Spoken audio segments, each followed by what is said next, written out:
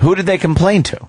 Maybe advertisers that are potentially going to be with him. If he might have them already. He might have them already, yeah. TMZ, they're a bunch of assholes, too. The homophobic rant. Oh, stop. It wasn't a homophobic rant. Understand what humor is, TMZ, you cunts. Well, TMZ's got fucking, what's his name there in charge? Yeah, of course.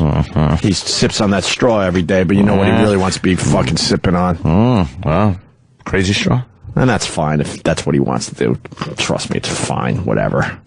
But but he should understand humor. That's not a homophobic rant. That's far from it. That's a guy trying to be funny with some edgy material. Yeah. Here we go.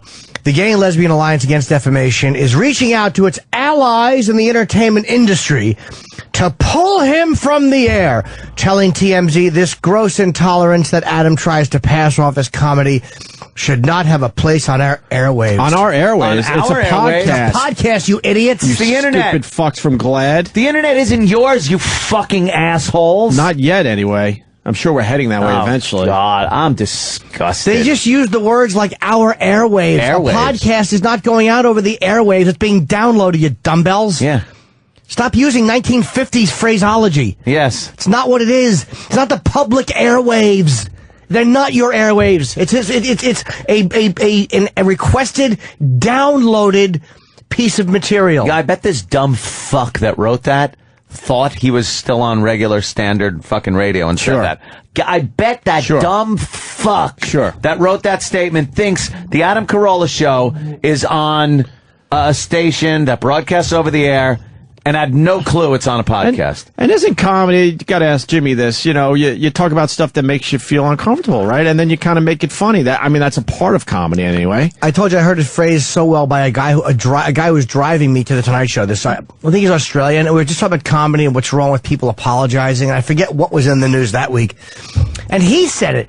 He goes, it's supposed to be like in society when there's a knot. It's like in your back.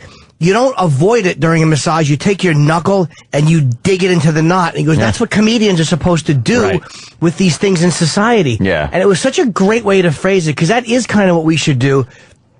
And I don't mean be purposely insightful or insincerely insightful, but I think if there's something that's really a tender spot for the country, don't fucking avoid it. Right. You should make fun of it. Of course. That to me is your job, is to make fun of it. I asked you that because my line with this whole thing is when I see a guy dressed as a woman, it makes me very uncomfortable. So you had me until you said uncomfortable. Oh. But that's where my line is. I don't understand it, and I don't feel like I have to understand it.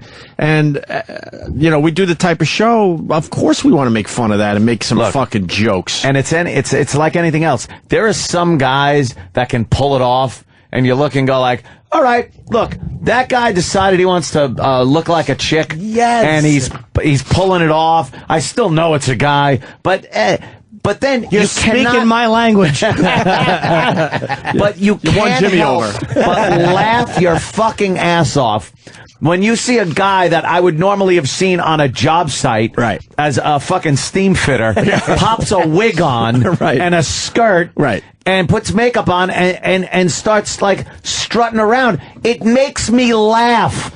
I'm not being intolerant. I'm not saying he should be beaten. I'm not saying he shouldn't live his life the way he wants to live it. But I'm going to laugh my fucking ass off because he looks ridiculous. I should still have the right to laugh at it. Yes. Yes. Things that aren't sexually... I'm not gonna harm the guy physically or anything, but I'm gonna chuckle and laugh, and then because we're lucky enough to have a radio show, we're gonna bring it to everyone's attention and kind of goof on and make jokes. And I'm not even gonna say that, oh man, that guy should have the shit beat out of him. No, of course not. But I am gonna say he looks silly. He looks ridiculous. And things that are not sexually oriented, like a guy in a toupee that you don't think looks right on him, you laugh at. A guy who always wears a suit jacket that isn't right for him, or he's wearing a white suit jacket all the time with an open shirt, you laugh at. It's like, it's one more thing that if it makes you uncomfortable, if you don't like the way it looks, you should be able to laugh at and make fun of it. And the fact that they say you shouldn't is irritating. And a-hole cop on Twitter, he goes, shame on Adam Carolla for apologizing. I've changed the corner on this thing, by the way.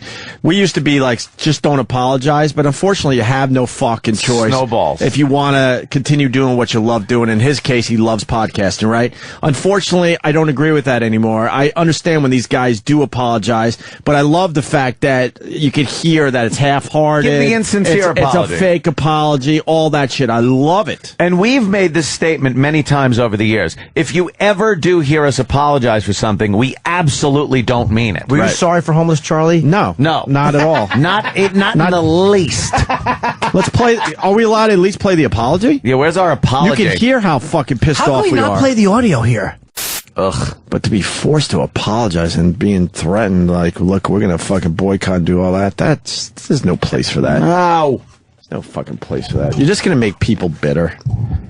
It's not going to help your cause. It makes people resent your cause, resent you, resent your organization.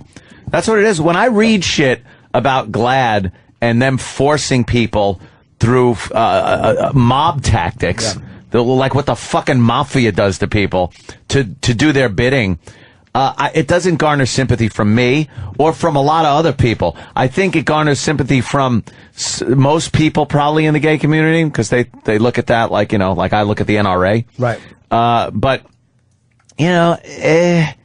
everyone else is going, shut the fuck up and stop crying. And it's like when you look at, who is the woman? Like when I watch documentaries on gay. Sorry, I got an update on the story, Jimmy. Sorry, okay. Go ahead. Finish your thought. I'm really sorry. That's all right. When I watch documentaries on gay, what marriage and shit. Like, who's the conservative woman who is a Mouseketeer? I literally. Oh yeah. I want her tits to get lopped off. Who is she? The orange lady there. She's as fucking Anita Bryant. She to me is as hateable an individual. Mm-hmm. She's as I literally I just hope that she dies of something. It can be cancer. It doesn't have to be. But she was dead. No. Oh, good. Is she? No, I hope have she no is. idea. But like, as much as I can hate her for the way she fought gay causes, how can gay causes turn around and start annoying me? It's like, do you know how far you have to go in one direction to annoy me now? To now annoy as you. As much as I am on your side? Yeah.